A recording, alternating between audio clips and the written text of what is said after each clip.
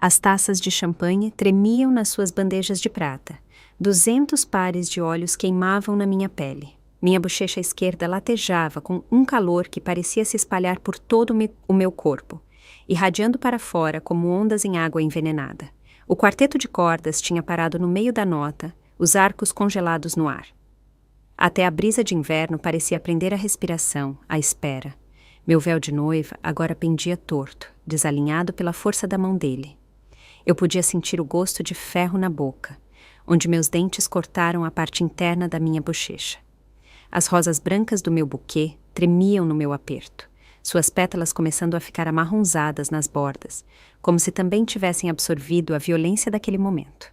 E ali estava ele, meu marido de exatos 47 minutos, o homem que amei por 3 anos, o homem cujo filho eu carregava, embora ninguém soubesse ainda, nem mesmo ele. A mão dele ainda estava levemente erguida, os dedos curvados, como se ele mal pudesse acreditar no que acabara de fazer. A irmã dele estava parada atrás, os lábios vermelhos curvados no menor sorriso, os olhos brilhando com algo que parecia triunfo. O que ela havia sussurrado para ele? Que palavras poderiam estilhaçar o amor de um homem de forma tão completa, a ponto de ele agredir a noiva na frente de todas as pessoas que conheciam? Abri a boca. O silêncio se esticou, tenso como um arame prestes a se romper. Todos se inclinaram para a frente, esperando que eu chorasse, que fugisse, que desmoronasse. Mas eu não chorei. Em vez disso, sorri. E o que fiz a seguir, o que disse naquela voz límpida que ecoou pela recepção atordoada no jardim, o destruiria de maneiras que ele não poderia imaginar. Mas estou me adiantando. Deixe-me levá-los de volta. Deixe-me mostrar como chegamos a este momento de bela e terrível ruína. Eu conheci Rafael Guzmão no pior dia da minha vida. Minha mãe acabara de falecer. Câncer de pâncreas, rápido e implacável. Eu tinha 26 anos, estava no estacionamento da funerária, tentando lembrar como respirar. O ar tinha cheiro de escapamento e grama cortada. Meu vestido preto estava apertado demais nas costelas. Eu não conseguia voltar para dentro. Não conseguia ouvir mais uma pessoa me dizer que ela estava em um lugar melhor ou que o tempo cura todas as feridas. O tempo não cura nada. Ele apenas ensina você a andar por aí com a ferida, a fingir que não está sangrando. Eu estava encostada no meu carro, pressionando as palmas das mãos contra o capô de metal quente, quando ouvi passos na brita. Você parece precisar disso mais do que eu. Olhei para cima. Um homem estava ali, alto e magro, com cabelos escuros caindo sobre a testa. Os olhos dele eram de um tom incomum de cinza esverdeado, como vidro do mar. Ele estendia um cantil de prata. Eu não bebo com estranhos, eu disse. Boa política. Sou Rafael. Ele tomou um gole do cantil primeiro, depois ofereceu novamente. Não somos mais estranhos, então. Peguei. O uísque queimou ao descer, mas era um tipo de queimadura diferente da dor do luto. Uma dor mais limpa. Quem você perdeu? Perguntei. Minha tia. E você? Minha mãe. Ele assentiu lentamente. Havia algo no rosto dele. Um reconhecimento, talvez, como se ele entendesse que não havia palavras certas, então não tentaria encontrá-las. Ficamos ali por um longo tempo, passando o cantil de um lado para o outro, sem conversar, apenas existindo juntos em nossos lutos separados. Foi assim que começou. Foi assim que ele se infiltrou na minha vida, no espaço aberto e cru que a morte da minha mãe havia deixado. Rafael era um incorporador imobiliário, bem-sucedido, ambicioso, com aquela autoconfiança particular que vem de nunca ter sido verdadeiramente quebrado. A família dele tinha dinheiro, dinheiro antigo, do tipo que sussurra em vez de gritar. O pai, Dr. Roberto, era dono de um império da construção civil. A mãe dele havia morrido quando ele era jovem, o que, segundo ele, o fazia entender a perda. Mas entender a perda e viver dentro dela são duas coisas diferentes. Ele me cortejou à moda antiga. Flores entregues no meu escritório. Eu era uma contadora júnior em um escritório de médio porte em São Paulo, nada glamuroso. Jantares em restaurantes que eu não podia pagar. Viagens de fim de semana para pousadas charmosas em Campos do Jordão. onde fazíamos amor enquanto a chuva tamborilava nas janelas e ele traçava a curva da minha coluna com a ponta dos dedos. Você é diferente, ele me disse uma vez, o hálito quente no meu pescoço. Todo mundo só quer algo de mim. Você só me quer. Eu acreditei nele. Que Deus me ajudasse. Eu acreditei em cada palavra. Ele me apresentou a irmã dele, Viviane. Depois de estarmos namorando por 6 meses, ela era 3 anos mais nova do que Rafael, com as mesmas maçãs do rosto marcadas e os olhos calculistas, mas onde o olhar dele tinha calor, o dela era gelo. Nos encontramos para um brunch em um bistrô chique, no bairro dos Jardins. Viviane chegou 20 minutos atrasada, vestindo um vestido branco que provavelmente custava mais do que o meu aluguel mensal. Ela beijou Rafael em ambas as bochechas, depois estendeu uma mão mole para mim. Então, você é a contadora, ela disse. Não prazer em conhecê-la ou ouvi falar muito de você. Apenas uma declaração da minha profissão, entregue com o mais leve curvar do lábio. Isso mesmo, eu disse, mantendo a voz firme. Que pitoresco! Ela pegou o cardápio. Rafael sempre teve um fraco por vira-latas. Viviane, Rafael disse, a voz dele contendo um aviso. Ela deu de ombros, sinalizando para o garçom. O quê? Estou apenas dizendo que ela não é exatamente o que esperávamos. Esse deveria ter sido meu primeiro sinal, mas eu estava tão desesperada para ser amada, tão ansiosa para preencher o vazio que minha mãe havia deixado, que ignorei os sinais de alerta. Disse a mim mesma que Viviane só precisava de tempo, que ela era protetora com o irmão, que eu conseguiria conquistá-la. Eu estava errada sobre tantas coisas. Rafael me pediu em casamento no aniversário da morte da minha mãe. Ele me levou de volta ao estacionamento da funerária, o local exato onde nos conhecemos. Primeiro, pensei que fosse cruel, mas então vi o que ele havia feito. Toda a área estava transformada. Luzes penduradas nas árvores. Um violinista estava por perto, tocando algo suave e assombroso. Pétalas de rosa cobriam o chão. E no centro de tudo, Rafael se ajoelhou sobre um joelho, segurando um anel que capturava a luz do sol poente como uma estrela aprisionada. Você me fez acreditar em segundas chances, ele disse. A voz dele falhou de emoção. Quero passar o resto da minha vida provando que sou digno do risco que você correu por mim. Case-se comigo, por favor. Eu disse sim. Como eu poderia não dizer? O anel era de platina com um diamante de 3 quilates. Pareceu pesado no meu dedo, carregado de promessa e possibilidade. Nos beijamos enquanto o violinista tocava, e me permiti acreditar que eu poderia ter aquilo, que eu merecia a felicidade, que o universo poderia finalmente estar me recompensando por toda a dor que eu havia suportado. Marcamos a data para junho, daqui a 18 meses. Tempo de sobra para planejar o casamento perfeito. Viviane insistiu em ser minha madrinha de honra. Seremos irmãs, ela disse, apertando minha mão com surpreendente firmeza. Devemos ser próximas. Eu queria acreditar nela. Tentei acreditar, mas em toda a prova de vestido, toda a degustação de bolo, toda a reunião com fornecedores, eu a pegava me observando com aqueles olhos frios. E às vezes, quando ela pensava que eu não estava olhando, ela se inclinava para sussurrar algo a Rafael, e a expressão dele escurecia um pouco antes de se suavizar novamente em um sorriso. O que ela continua te dizendo? Perguntei a ele uma vez, depois de uma reunião particularmente tensa com o florista. Nada importante, ele disse. Ela só está estressada com a vida dela. Não deixe isso te incomodar. Mas isso me incomodava. Ficava debaixo da minha pele como uma farpa que eu não conseguia alcançar. 3 meses antes do casamento, descobri que estava grávida. Fiz o teste no banheiro do escritório. Minhas mãos tremiam tanto que mal conseguia segurar o bastão. 2 linhas rosas, inconfundíveis. Eu estava carregando o filho de Rafael. O momento era terrível. Tínhamos concordado em esperar até depois do casamento, até estarmos casados há pelo menos 1 ano. Mas lá estava, acontecendo de qualquer maneira. A vida se recusando a seguir nossos planos cuidadosamente traçados. Decidi contar a ele naquela noite, durante o jantar. Escolhi um pequeno macacão de bebê que dizia, valeu a espera, e o embrulhei em papel de seda. Eu estava nervosa, mas animada. Aquele era o nosso futuro crescendo dentro de mim. Era a prova de que algo bom poderia surgir de toda aquela dor. Cheguei cedo ao apartamento dele, usando a chave que ele havia me dado. As luzes estavam apagadas, mas ouvi vozes vindas do quarto. A voz de Rafael e outra voz feminina. Meu coração parou.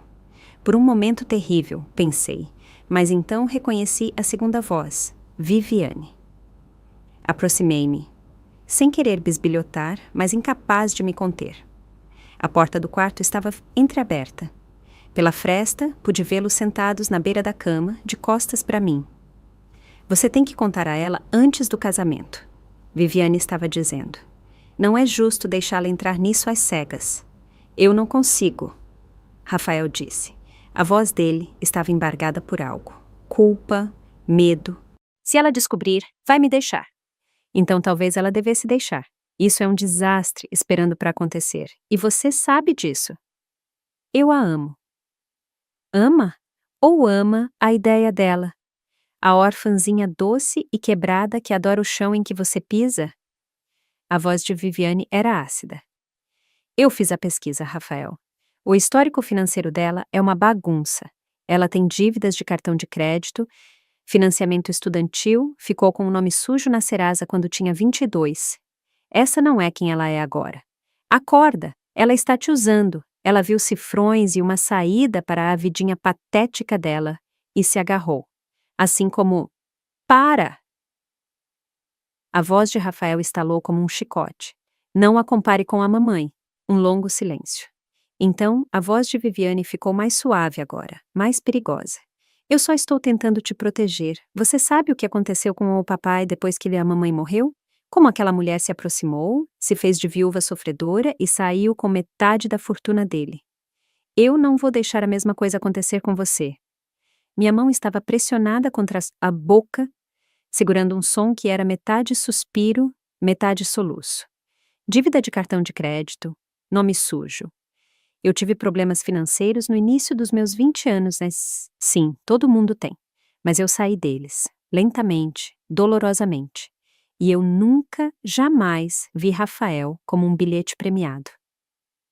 Ouvi. A dúvida se arrastou como gás venenoso. Será que alguma parte inconsciente de mim foi atraída pela estabilidade dele, pela riqueza, pela capacidade dele de fornecer a segurança que sempre faltou na minha vida? Não. Eu o amava. Eu o amava por quem ele era, não pelo que ele tinha. Mas parada ali no escuro, ouvindo-os dissecar meu caráter, meus motivos, meu valor, senti algo quebrar dentro de mim, algo que eu nem sabia que era frágil até se partir. Eu me afastei em silêncio. Deixei o apartamento. O macacãozinho de bebê permaneceu na minha bolsa, sem ser desembrulhado. O segredo do nosso filho não dito. Eu não contei a ele o que havia escutado. Disse a mim mesma que estava sendo paranoica, que havia entendido mal, mas as palavras ecoaram na minha cabeça por semanas. Ela está te usando. Vidinha patética, assim como a mamãe. Os preparativos do casamento aceleraram em um borrão frenético. Meu enjoo matinal estava piorando, mas eu o escondi. Sorri durante as provas finais, o jantar de ensaio, o fluxo interminável de parentes que chegavam de fora. Rafael parecia distraído. Ele trabalhava até tarde com mais frequência. Atendia às chamadas em outros cômodos. Às vezes eu o flagrava me encarando com uma expressão que eu não conseguia decifrar, como se estivesse tentando resolver um quebra-cabeça que não entendia. Você está feliz? Perguntei a ele. Uma noite, uma semana antes do casamento, estávamos na cama, as luzes apagadas, a cidade brilhando através das janelas. Ele se virou para me encarar, as feições obscurecidas pela sombra. Que tipo de pergunta é essa? Uma honesta. Você está feliz com a gente? Com o casamento? Ele ficou em silêncio por um longo tempo. Tempo demais. Eu te amo, ele finalmente disse, o que não era o mesmo que sim. Eu queria insistir, exigir respostas reais, mas tinha medo do que poderia ouvir. Então, deixei para lá, engolindo a pergunta junto com todas as outras coisas não ditas entre nós.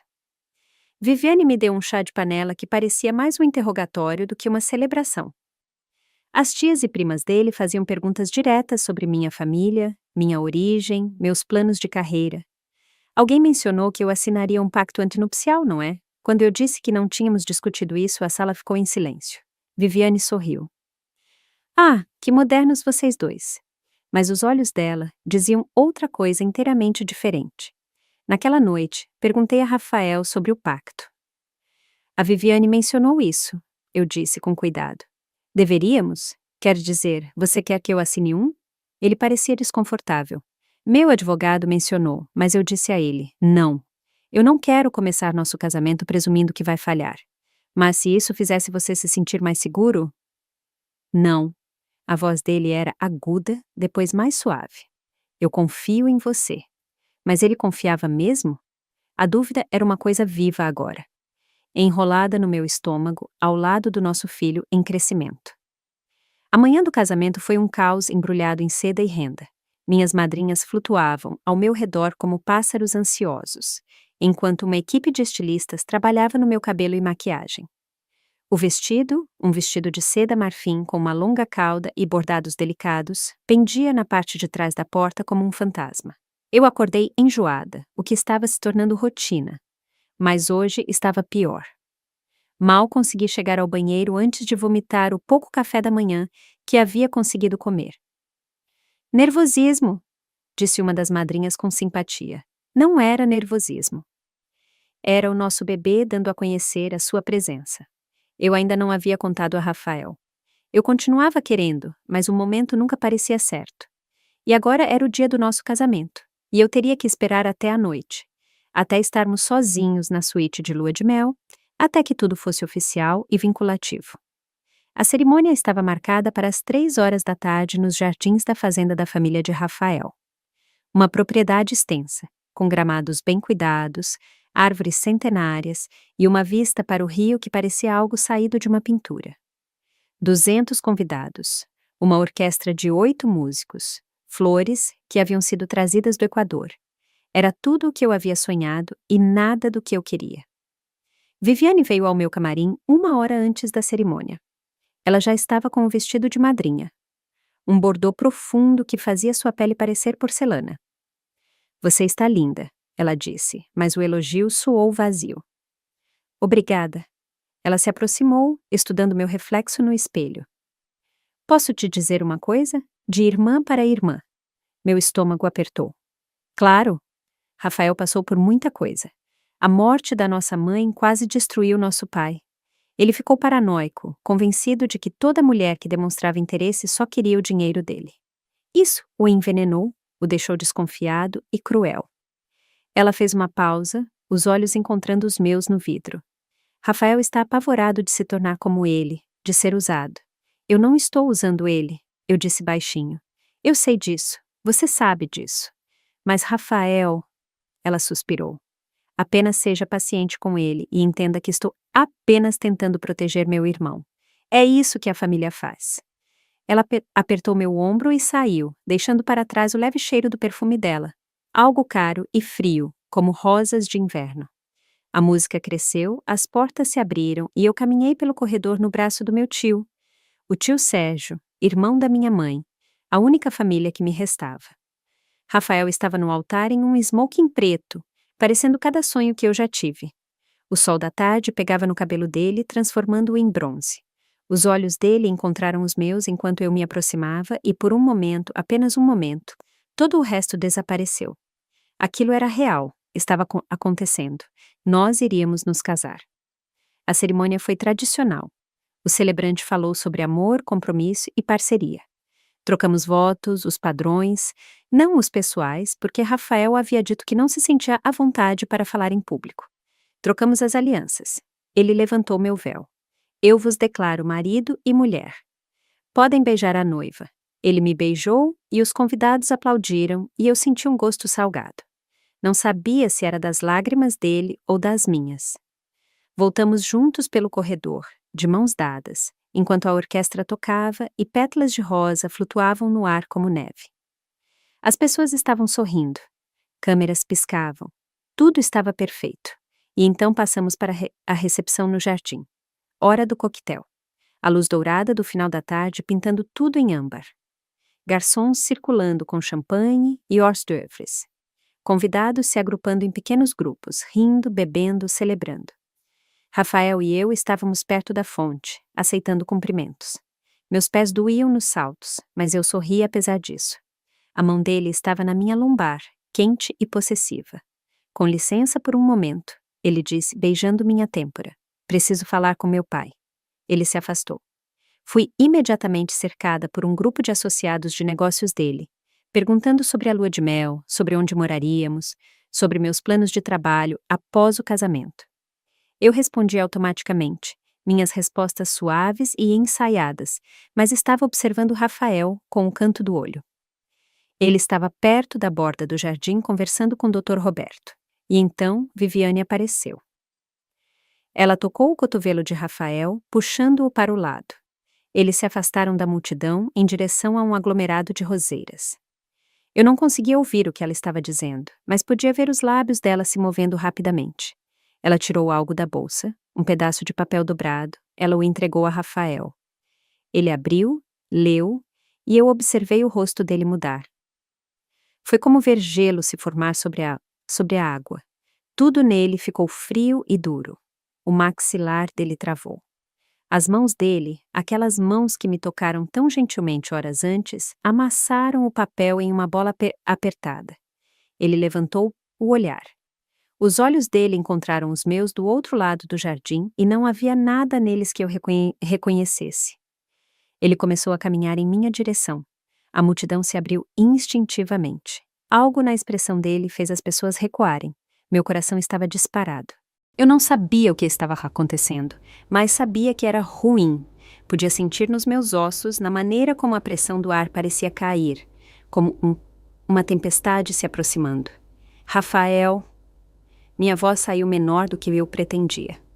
Ele parou na minha frente, perto o suficiente para que eu pudesse sentir o cheiro de champanhe no hálito dele, ver o músculo saltando no maxilar. É verdade? A voz dele era baixa, perigosa. O que é verdade? Eu não... E então a mão dele se moveu, rápida, brutal. O estalo da palma dele contra minha bochecha ecoou pelo jardim como um tiro. A dor explodiu no meu rosto. Eu tropecei para o lado, quase perdendo o equilíbrio. Meu véu escorregou. Minha visão embaçou com lágrimas que eram parte dor, parte choque. Toda a recepção ficou em silêncio. Toquei minha bochecha em brasa, senti o gosto de sangue. Olhei para ele.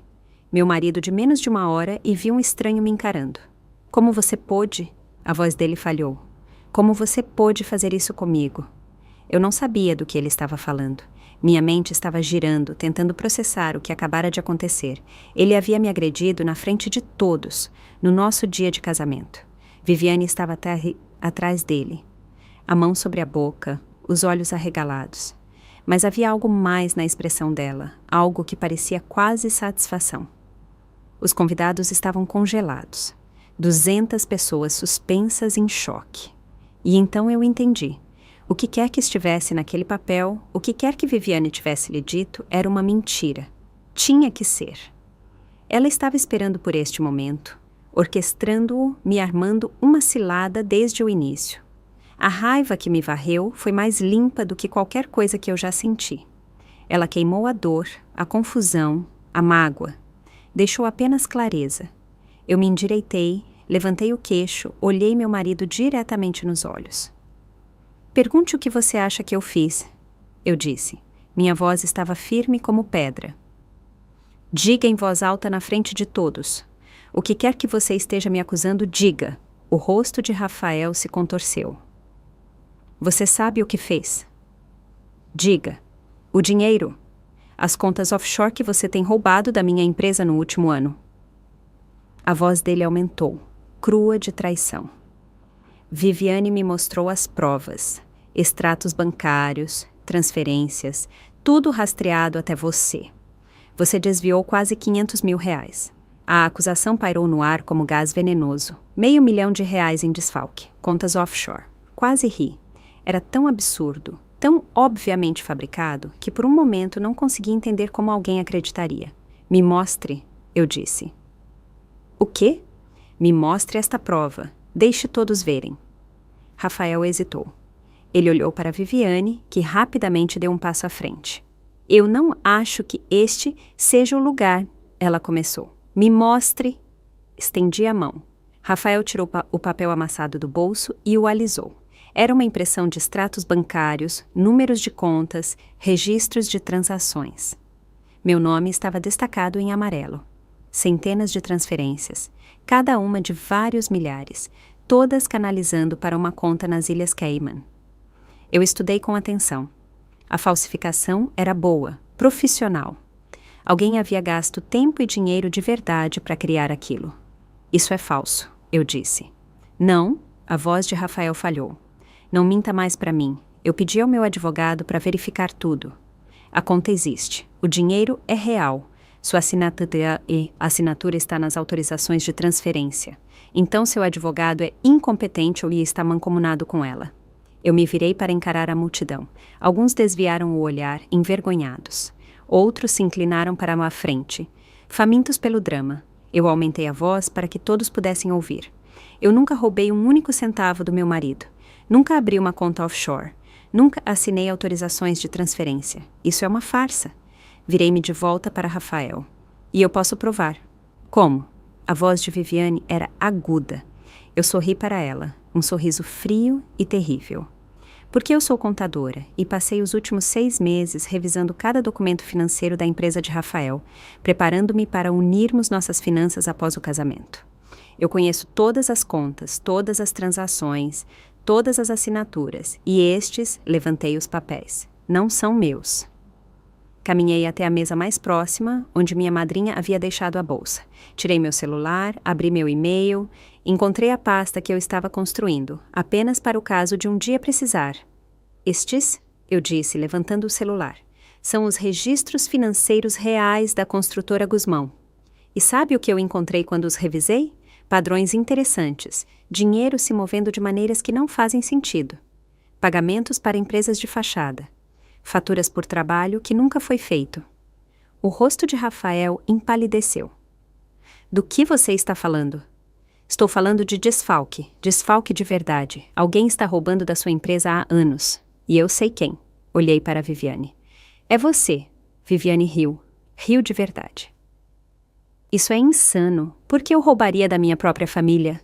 Porque seu pai te deserdou há 2 anos, não foi? Depois que você estourou o seu fundo de investimento em apostas. Porque você tem dívidas que a enterrariam se viessem à tona. Porque você viu a empresa do seu irmão como um cofrinho e sabia exatamente como acessá-la sem ser pega. Eu abri uma planilha no meu celular. Até que comecei a procurar. Até que notei que toda empresa de fachada que você criou para canalizar dinheiro remete a um único escritório de advocacia. O escritório de advocacia do seu namorado. O mesmo namorado que você tem escondido da sua família porque eles nunca aprovariam você namorar alguém tão abaixo da sua classe social. O rosto dela ficou branco. Você está mentindo. Estou? Quer que eu mostre a todos o nome dele? Quer que eu explique como ele te ajudou a criar fornecedores falsos, faturas falsas, empresas fantasma? Como você roubou mais de 3 milhões de reais nos últimos 5 anos, sozinha? A multidão ofegou. Rafael cambaleou para trás, como se eu o tivesse atingido. Isso é impossível, ele disse. Viviane jamais faria isso. Faria, e ela estava apavorada que eu descobrisse. É por isso que ela tem te envenenado contra mim desde o início. É por isso que ela fabricou esta prova hoje. Ela esperava que você se divorciasse de mim imediatamente, antes que eu pudesse terminar minha auditoria, antes que eu pudesse expô-la. Eu me virei para Viviane. Ela estava tremendo, sua compostura perfeita rachando. Você quase conseguiu. Você é esperta. As contas estão bem escondidas. Mas você cometeu um erro. Usou o mesmo número de roteamento para várias transferências. Assim que notei o padrão, o resto se desenrolou rapidamente. Rafael encarava a irmã como se nunca a tivesse visto antes. Rafael, ela está mentindo. Mas a voz dela estava fraca agora. Rafael, você não pode acreditar nela. Ela está apenas tentando desviar a atenção. Prove, eu disse. Vamos chamar a polícia agora mesmo. Deixe-os investigar. Vamos ver quais contas resistem ao escrutínio. As minhas ou as suas? Silêncio. Longo e terrível. Então o rosto de Viviane fez algo estranho. O medo sumiu. A expressão dela ficou lisa e fria como vidro. Sua estúpida... Ela disse baixinho. Você acha que venceu? Eu acho que a verdade vai vir à tona de um jeito ou de outro. A verdade. Ela riu, um som como vidro se quebrando. A verdade é que Rafael nunca te amou. Eu me certifiquei disso. Cada dúvida que eu plantei, cada suspeita que eu nutri, era tudo real. No fundo, ele nunca confiou em você. Ele nunca acreditou que você o amava por quem ele era. Ela se virou para o irmão. Conte a ela quantas noites ele ficou acordado, se perguntando se ela estava te usando. Conte a ela sobre o detetive particular que você contratou para investigar o passado dela. O rosto de Rafael confirmou. Ele tinha. Ele realmente havia contratado alguém para me investigar. Algo dentro de mim finalmente se quebrou de forma irrevogável. Você contratou um detetive particular. Minha voz estava monótona. Você se casou comigo acreditando que eu poderia ser uma golpista. Eu só precisava ter certeza. Você não confiou em mim. As palavras saíram ocas. Nunca, nem uma única vez. Eu queria. Eu tentei. Você me agrediu. Toquei minha bochecha ainda em brasa. Na frente de 200 pessoas. Você me agrediu sem fazer perguntas, sem me dar a chance de me defender. Você acreditou nela em vez de mim. A vergonha finalmente cruzou as feições dele. Mas era tarde demais. Muito, muito tarde. Eu respirei fundo. Tomei minha decisão. Eu quero que você saiba de uma coisa, eu disse, minha voz ecoando pelo jardim silencioso. Estou grávida. De 8 semanas. Descobri há 3 meses e não te contei porque ouvi você e a Viviane discutindo como eu estava apenas te usando pelo seu dinheiro. Eu estava esperando o momento certo. Esperando que isso provasse para você que meu amor era real. Tirei o pequeno pacote embrulhado da minha bolsa, o macacãozinho que eu carregava havia meses. Joguei-o aos pés dele. Parabéns. Você vai ser pai com uma mulher em quem você não confia e que você agrediu fisicamente na frente de todos que conhece, no que deveria ser o dia mais feliz das nossas vidas. Os suspiros da multidão eram audíveis agora. Celulares estavam ligados, gravando tudo. O rosto de Rafael ficou cinza. Você está grávida? Eu ia te contar hoje à noite. Tinha tudo planejado, mas agora... Olhei para ele, realmente olhei para ele, para o homem a quem dediquei 3 anos da minha vida, e senti apenas raiva fria e limpa. Agora eu vou embora. Eu vou me divorciar de você, antes que a tinta do nosso certificado de casamento esteja seca, e vou garantir que todos saibam exatamente o tipo de homem que você é, o tipo que acredita em mentiras em vez da mulher que carrega o seu filho, o tipo que resolve problemas com violência. Virei-me para a multidão. Obrigada a todos por terem vindo. Sinto muito que tenham tido que testemunhar isso, mas estou feliz que o fizeram, porque agora todos saberão a verdade sobre a família Guzmão, sobre o que acontece por trás dos portões da fazenda deles, sobre a podridão sob o dinheiro, o poder e a imagem perfeita. Comecei a caminhar. Meus pés doíam, meu rosto latejava, meu coração parecia estar se partindo. Atrás de mim, ouvi Rafael chamar meu nome. Espere, por favor. Podemos consertar isso? Podemos... Eu não me virei. Apenas continuei andando. Para fora do jardim, através da propriedade, em direção aos portões da frente, onde eu sabia que meu tio Sérgio estava esperando com o carro. Atrás de mim, o caos irrompeu. Gritos. A voz de Viviane se elevando em negação. O pai de Rafael exigindo explicações. Convidados sussurrando, telefones zumbindo, a história já se espalhando como um incêndio. Eu não me importava. Eu estava terminada, acabada, livre. O vestido de noiva estava arruinado de qualquer maneira. A história viralizou à meia-noite. Vídeos do tapa, vídeos da minha acusação, vídeos de mim indo embora, a cauda do meu vestido de noiva se arrastando pela grama, minha cabeça erguida. Pela manhã, eu era famosa. Não o tipo de fama que alguém deseja, mas famosa no entanto. A noiva estapeada, a vingança do casamento, a contadora que destruiu uma dinastia. Os noticiários pegaram a história. As redes sociais explodiram. Artigos de opinião surgiram sobre violência doméstica, sobre riqueza e poder, sobre os perigos de casar por dinheiro. Rafael tentou ligar.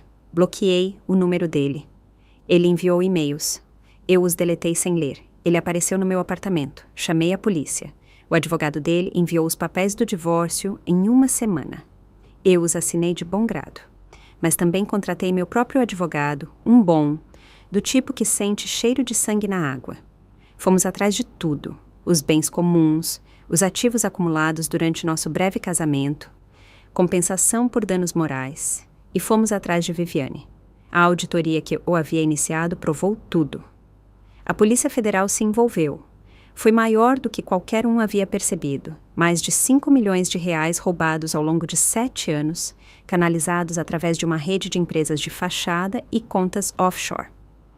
O namorado dela foi preso. Ela foi presa. A empresa de Rafael quase desmoronou sob o peso do escândalo. O pai dele teve um ataque cardíaco induzido por estresse. O nome da família, tão cuidadosamente cultivado, tão precioso para eles, foi destruído.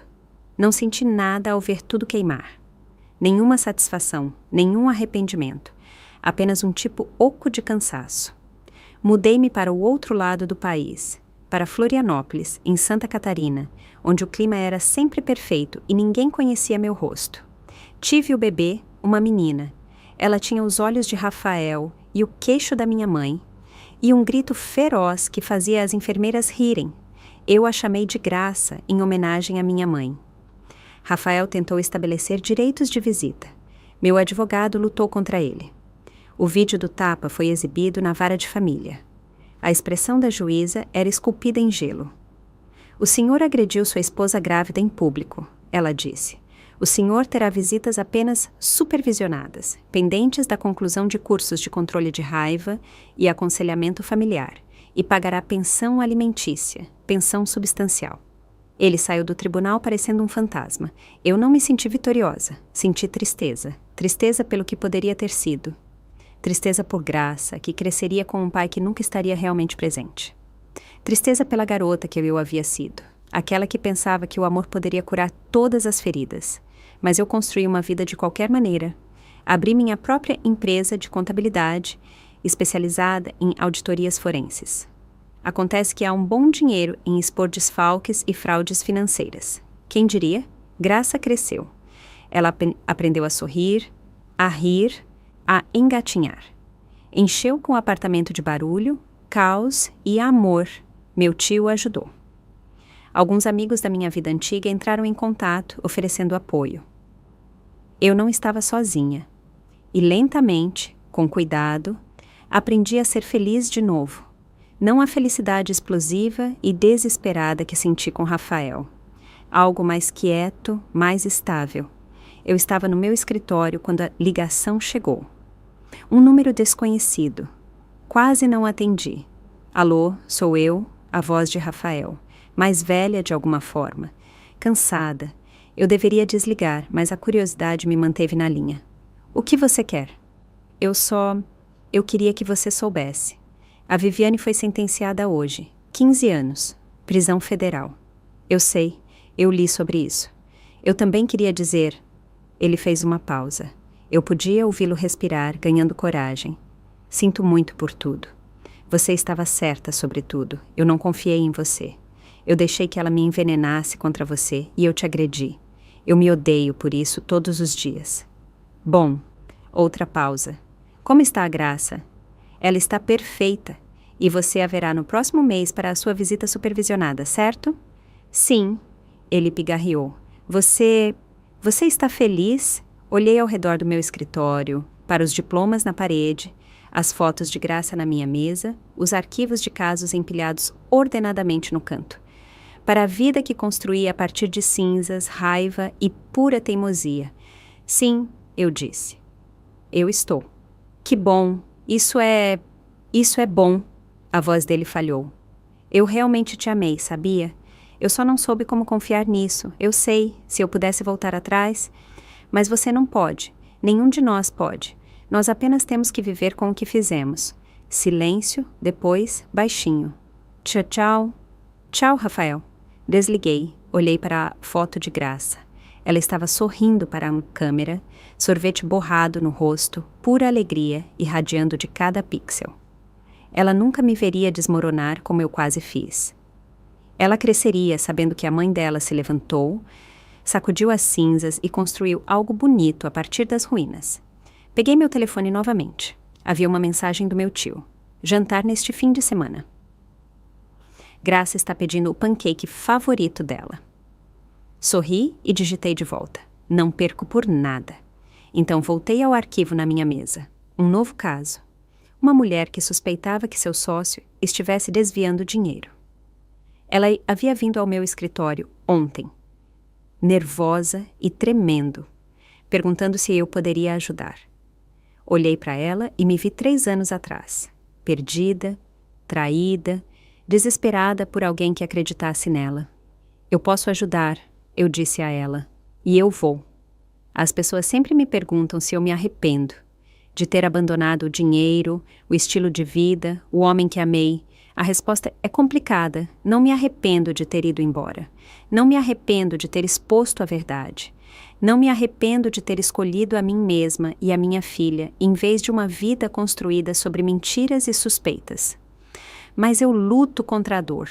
Luto pela versão de nós que poderia ter existido se Rafael tivesse confiado em mim. Se Viviane não tivesse sido uma víbora em roupas de grife. Se o amor tivesse sido suficiente para superar o medo, a dúvida e o veneno de velhas feridas familiares. Luto pela garota que eu era, aquela que pensava que um homem poderia salvá-la da solidão. Que acreditava que o amor deveria doer um pouco, que exigia sacrifício, silêncio e engolir sua verdade para deixar o outro confortável. Eu sei melhor agora.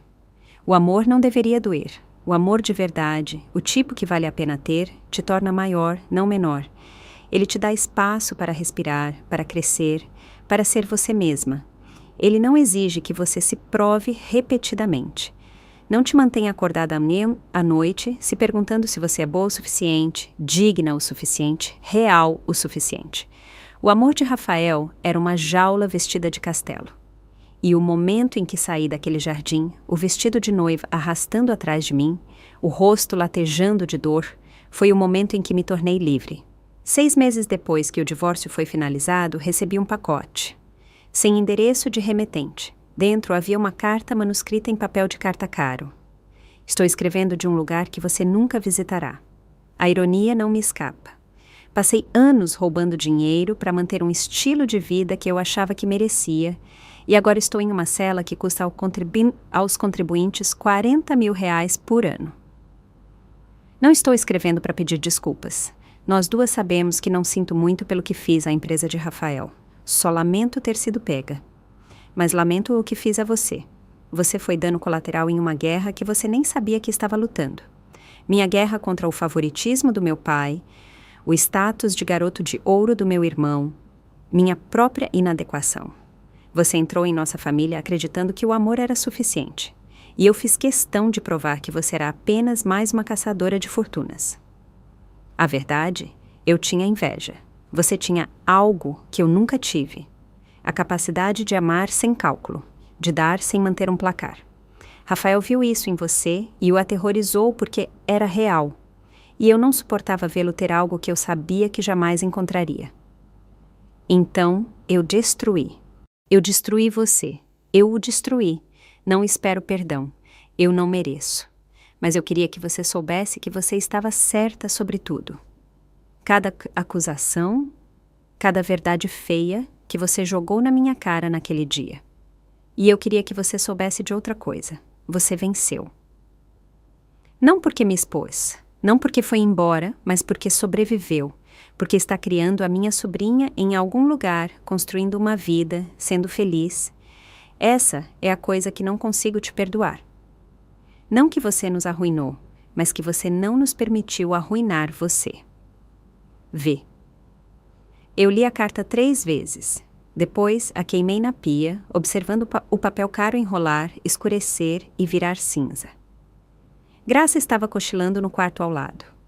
Pela janela, eu podia ver o oceano, infinito, azul e indiferente ao drama humano. Pensei em escrever de volta, em dizer a Viviane que ela estava errada, que eles haviam me arruinado de maneiras que eu ainda estava descobrindo. Que algumas noites eu acordava ofegante, sonhando com aquele momento em que a mão de Rafael atingiu meu rosto. Que eu recuava quando homens levantavam a voz. Que eu questionava toda a gentileza, procurando a armadilha por baixo. Mas eu não escrevi de volta, porque a verdade era mais complicada do que vitória ou derrota. Eles haviam quebrado algo em mim, mas eu havia me reconstruído a partir dos pedaços, e a nova versão era mais forte, mais dura, menos disposta a ceder, menos disposta a acreditar que o amor exigia que eu me encolhesse. Talvez isso fosse vencer, ou talvez fosse apenas sobrevivência. De qualquer forma, eu estava aqui. Eu estava de pé. Eu estava completa o suficiente, e isso teria que ser o bastante. Graça tinha 3 anos quando Rafael apareceu na minha porta. Não o homem quebrado que me ligou naquele dia. Não o fantasma que aparecia para visitas supervisionadas com nossa filha, mal conseguindo me encarar. Este era alguém diferente. Os cabelos mais grisalhos nas têmporas, mas havia algo no rosto dele, uma quietude que não existia antes. Eu sei que não deveria estar aqui, ele disse, mas eu precisava te dar isto. Ele estendeu um envelope, grosso, com aspecto oficial. Eu não peguei. O que é? A Viviane morreu há 2 semanas. Câncer de pulmão. Foi rápido. Não senti nada. Nenhuma dor, nenhuma satisfação, apenas um reconhecimento distante da informação recebida. Por que você está me dizendo isso? Porque ela deixou algo para você, para a Graça. Ele empurrou o envelope em minha direção. Por favor, apenas pegue. Eu peguei. Dentro havia um documento legal, um fundo de investimento, 2 milhões de reais colocados no nome de Graça. Inacessível até que ela completasse 25 anos. O bilhete anexo dizia, para a garota que nunca conhecerei, para que ela nunca precise se casar por segurança, para que ela nunca tenha que se perguntar se é digna de amor sem amarras, para que ela possa ser o que eu nunca fui, livre, sua tia, que te amou do único jeito que sabia, de longe, com dinheiro, garantindo que você nunca precise se tornar eu. Fiquei olhando para o documento por um longo tempo. Rafael estava parado na minha porta, esperando. Ela passou o último ano de vida organizando isso, ele disse baixinho. Ela queria ter certeza de que não pudesse ser contestado, que seria a prova de falhas. Ela disse... Ele engoliu em seco. Ela disse que era a única coisa boa que já havia feito. Isso não muda nada.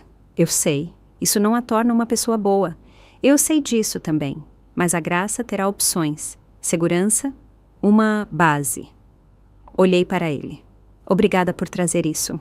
Ele assentiu, começou a se virar, depois parou.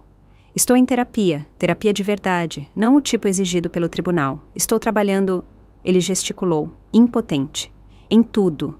A raiva, os problemas de confiança, o dano que minha família me causou e que eu te causei. Não estou pedindo nada, só queria que você soubesse. Que bom.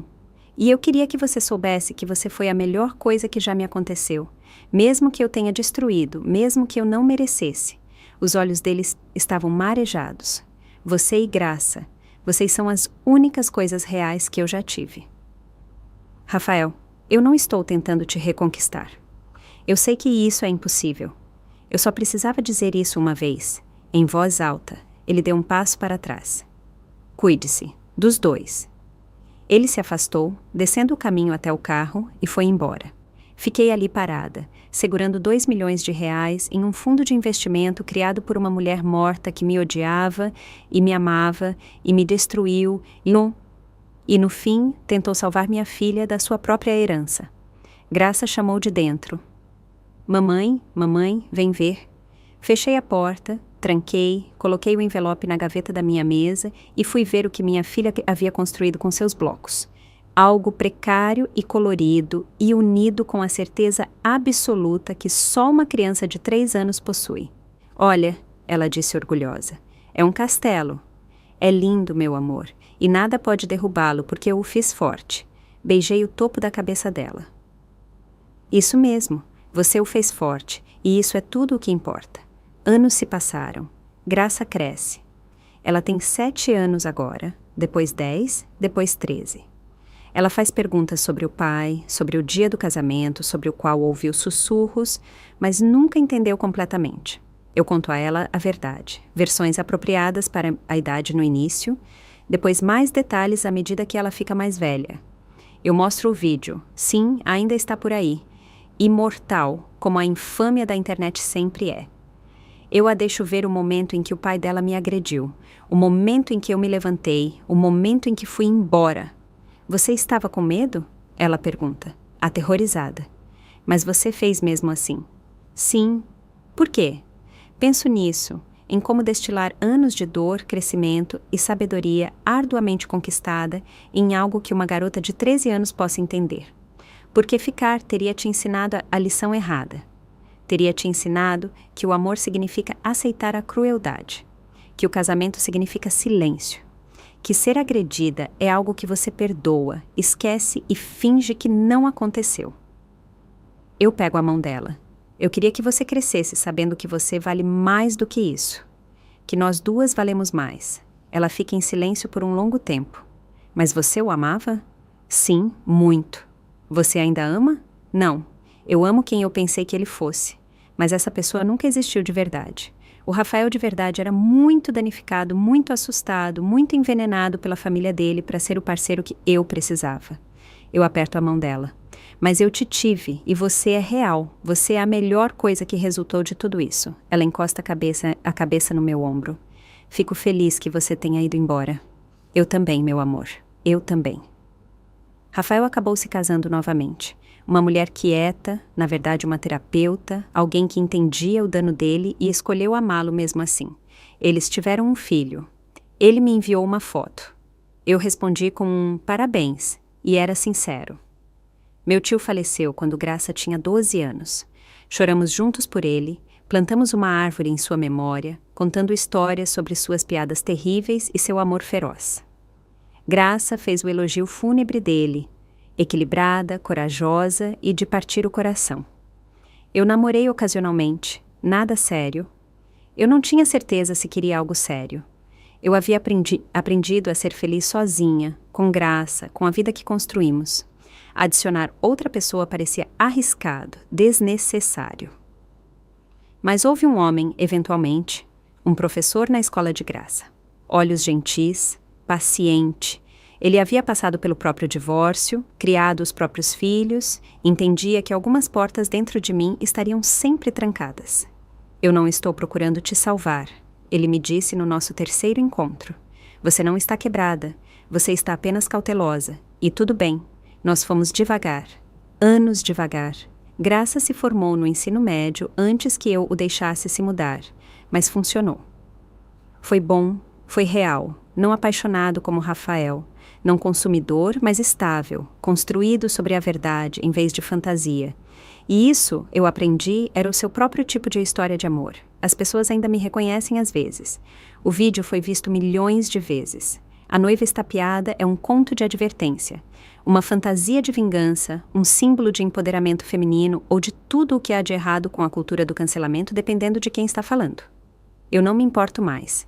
Que projetem o que precisarem naquele momento. Que o transformem em um meme, um artigo de opinião, um estudo de caso. Eu sei o que realmente foi, o fim de uma história e o começo de outra. A primeira história era sobre uma garota que pensava que o amor significava sacrifício, que acreditava que se ela fosse apenas boa o suficiente, pura o suficiente, amorosa o suficiente, poderia curar um homem danificado e construir uma vida perfeita a partir das ruínas da sua dor. A segunda história é sobre uma mulher que sabe mais, que entende que você não pode amar alguém até que se torne completo, que a confiança é o alicerce de tudo, que a violência, mesmo uma vez, mesmo em público, mesmo com um pedido de desculpas, nunca é aceitável. Que ir embora é, às vezes, a coisa mais corajosa que você pode fazer. Minha filha está se candidatando a faculdades agora. Ela quer estudar direito, lutar pelas sobreviventes de violência doméstica. Ela diz que eu a inspirei, mas eu acho que ela é apenas mais corajosa do que eu jamais fui. Ela não teve que aprender a força através da quebra. Ela nasceu nela, foi criada nela, respirando-a como ar. O fundo de investimento que Viviane deixou pagará pela educação dela. O seguro de vida do meu tio o complementará. E o negócio que construí, a empresa de contabilidade especializada em expor abusadores financeiros, está prosperando. Ajudei dezenas de mulheres a escapar de relacionamentos construídos sob controle econômico. Eu testemunhei em tribunal. Congelei ativos, encontrei dinheiro escondido, provei os padrões de roubo e manipulação que mantêm as vítimas presas. Transformei meu pesadelo no trabalho da minha vida. E toda vez que ajudo alguém a escapar, toda vez que vejo o reconhecimento surgir nos olhos de uma cliente ao perceber que ela não está louca, que não está imaginando coisas, que está sendo sistematicamente roubada e manipulada. Toda vez que isso acontece, eu penso naquele momento no jardim. O momento em que a mão de Rafael atingiu meu rosto. O momento em que decidi não desmoronar. O momento em que olhei para ele, para Viviane, para os 200 convidados e escolhi a mim mesma. Aquele momento mudou tudo.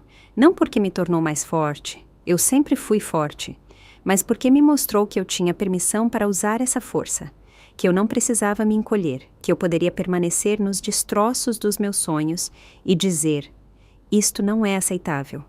Eu valho mais, eu mereço coisa melhor. E então caminhar em direção à vida que provou isso. Então sim, meu marido me agrediu no meio do nosso casamento. E o que eu fiz a seguir? Permanecer de pé, falar a verdade, ir embora, reconstruir, sobreviver, prosperar, não apenas o arruinou, mas me salvou. E no final, isso sempre foi o mais importante. Gostou da minha história e de qual cidade está ouvindo? Vamos nos encontrar nos comentários. Se você gostou da história, pode me apoiar enviando um super thanks para que eu possa continuar trazendo mais histórias como essa. Já te agradeço muito pelo apoio. Estou esperando seus comentários sobre a história. No vídeo, você pode ver 2 novas histórias de vida que eu recomendo de coração. Tem muito mais no meu canal, não esquece de se inscrever. Até a próxima história de vida, com carinho e respeito.